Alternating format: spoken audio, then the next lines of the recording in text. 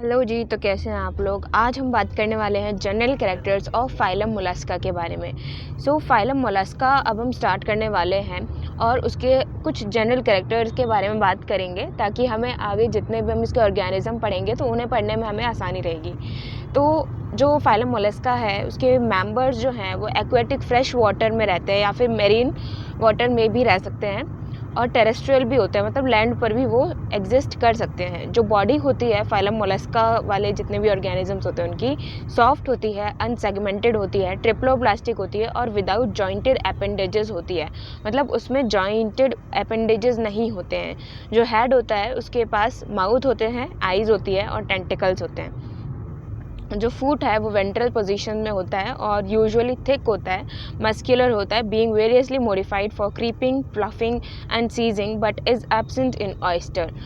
जो फूट होता है वो वेंट्रली पोजीशन में होता है और क्रीपिंग के लिए काम में आता है, लेकिन यानी मतलब खोदने के लिए काम में आता है उसके फूट। और फ्लफिंग वही हो गया कि जैसे हम लोग फ्लफ़ करते हैं किसी भी खेत को, वैसे ही वो फ्लफ़ करने के लिए काम में आते हैं उनके थिक फूट। ठीक है, लेकिन इनका जो एक ऑर्गेनिज्म होता है मोलस्का का, एक ऑर्गेनिज्म होता है उसका नाम होता है ऑयस्टर। उसमें ये नहीं प्रेजेंट होते हैं, ऐसे फूट प्रेजेंट नहीं होते हैं। शेल अगर प्रेजेंट होती है तो वो यूजुअली बायवेल्ड होती है जो कि एक्सोस्केलेटन को फॉर्म करती है और इंटरनल होती है किसी किसी ऑर्गेनिज्म में। जो मेंटल होता है वो थिक होता है, मस्कुलर होता है, यूजुअली सिक्रीट करता है हार्ड ब्रिटल कैल्सेरियस शेल को of variable form but protective in nature. जो मेंटल होता है वो प्रोटेक्टिव होता है नेचर में। डाइजेस्टिव सिस्टम जो है वो कंप्लीट रहता है विद द डाइजेस्टिव ग्लैंड या फिर हम लीवर बोले उसको। A rasping organ the radula usually present. Respiration जो है वो डायरेक्ट होता है और गिल्स के थ्रू होता है जिसको हम टेंडिया बोलते हैं।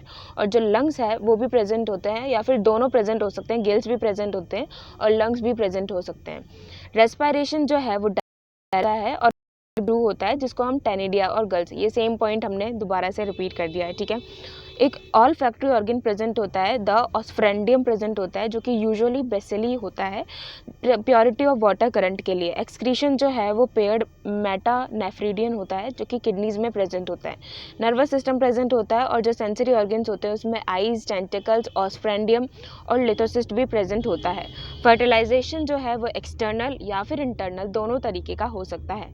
डेवलपमेंट जो है वो डायरेक्ट या फिर थ्रू फ्री लार्वल फॉर्म्स के थ्रू हो सकता है। These are some of the characteristics जो कि फाइलम मोलस्का में पाई जाती है और हम जितने भी ऑर्गेनिज्म पढ़ेंगे उनमें ये कॉमन कैरेक्टरिस्टिक तो पाई ही जाएगी। So this is all about today's video.